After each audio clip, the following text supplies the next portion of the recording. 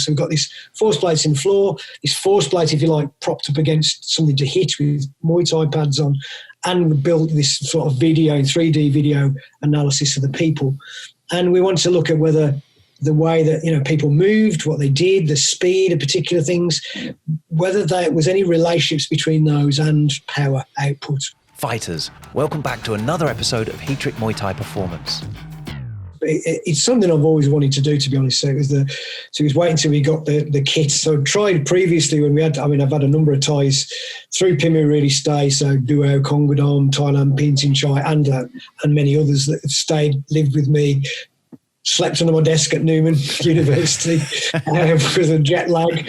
And we got the resources we had at the time. We tried to do what we could. So I remember sort of attaching electrodes to Duo's calf and thigh muscle and having it attached and wrapping a pad around this, and it kicked off the sort of chair we were on. But really just sort of trying to work out what had happened. And I thought as soon as we can actually get some really good biomechanical equipment, one thing I really want to do is look at the biomechanics. I guess the initial findings, and these are very provisional, as you mentioned, certainly not enough data to find out. But from this, I guess the initial stuff we did sort of some loose analysis for a lad, Matt Yule, who did it as part of his master's project. We've collected data since on top of that, but it certainly is that those findings are sort of held a little bit so far, provisional findings, in terms of there's what's called an interaction between the speed of a technique and how much your body turns in, say, a kick. So if you take a kick, for example, at very high speeds, impact's good. So really, really high speeds, impact's good. As speed's not so fast, it's more important to turn the body, and it was turning the body to shoulder, hip, impact point together. So the time between joints or positions of markers was important in that. So it tends to suggest that particularly at slightly less speeds, you need to turn more. And that seems to be intuitive, or reasonably intuitive at least, the fact that sometimes you can, very short contact time, very, very quick kick that doesn't turn the body but can knock the breath out and take the breath of somebody away if it's caught quite quickly. And other times it's a sort of penetrating kick where the body's turned and it's a different effect, moves the fighter. So you've got different impacts, potentially different effects on the fighter, but that's got to be confirmed. But that sort of initial finding seems to be reasonable, and at least seems to be sensible for those that coach it and watch the sport and are involved in the sport. Obviously, body weight plays a role in this as well as speed. So we control for body weight in terms of the output. So rather than raw newtons in terms of force, it was we in terms of body times body weight. So how many times body weight do people strike? And we did get some interesting results in terms of the maximum. And this might still be a little bit false, because when you this is a fixed pad and not moving, so not a moving time, but also it's not moving towards you. So it could be actually some of these two forces are increased. But we had one of the fighters from our gym actually, who hasn't not fought that much, who actually kicked 14 times his own body weight. So it's a huge force, very light fighter, but very, he generated, whether it was a bit, again, of course, it's a bit, sometimes it's when you're really delivering these techniques, it's not like a javelin throw where it's a one-off single effort, and so I'm mindful, really, we want to look at, can they return to a balanced stance? Can they do something afterwards? So we're mindful of the sort of extreme scores where somebody's just giving it everything they've got. Saying that, though, we found that really relaxing people tended to, so not trying too hard, tended to result in people hitting harder, because the people did several times, didn't just a one-off go. They were doing it a number of times, each of the techniques a number of times. And when they tried too hard, the power went down. So it was relaxing, and that again makes sense biomechanically to get the speed transfer. It made some. Again, it seems to be sensible, but they are provisional, and I don't want to say that these are definitely things I want to put out there until we've collected more data. Yes, yeah, I'm aware that I don't want to push for anything. You're like, no, we haven't even kind of put this together properly yet. I've just got information.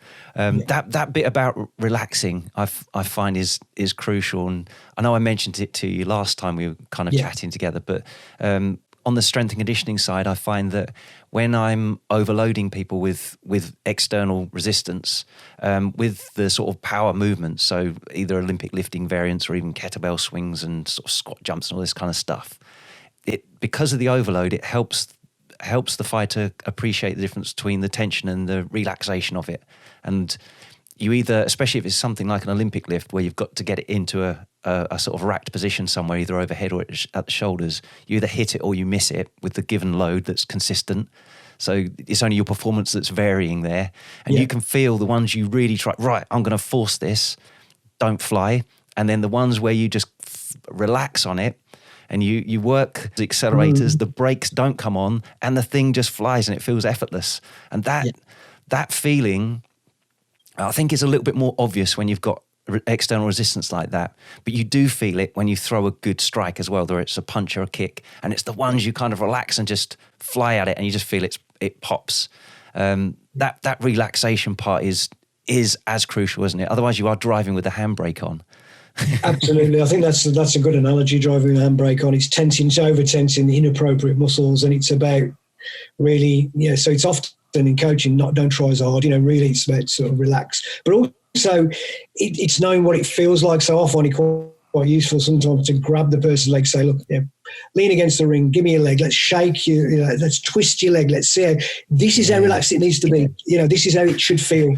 And it's because it's, I don't know whether it's a Western thing. I'm not sure. The Thais are relaxed, but maybe that's because they've just got, they're seeing it all the time, and they've always seemed very relaxed. That was one thing that was a stark contrast for me when I first went to Thailand, is how relaxed and fluid and how sort of it seemed so natural. Obviously, never natural. They've learned it, but it's it seemed very relaxed and fluid, and that was one sharp contrast to the UK, where I'd seen people, and certainly to my own experience in martial arts, karate, which was very tense, even though that probably was a bit of a different view of it, a westernized view of a system that might not have been the same in Japan. True, yes. I don't know.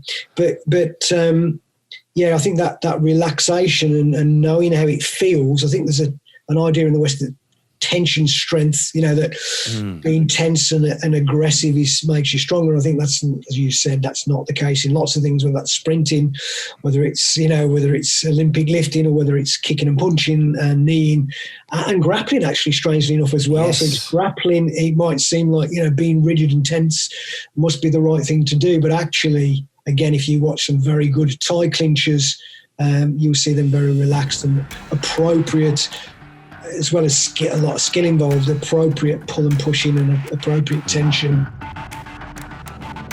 Thanks for listening. If you found this valuable, please like, subscribe, and share with someone else it could help too. Please give the podcast a review or comment below. We'd love to hear from you. As always, you can visit heatrick.com for more Muay Thai performance podcasts, videos, articles, and guides. Catch you next time.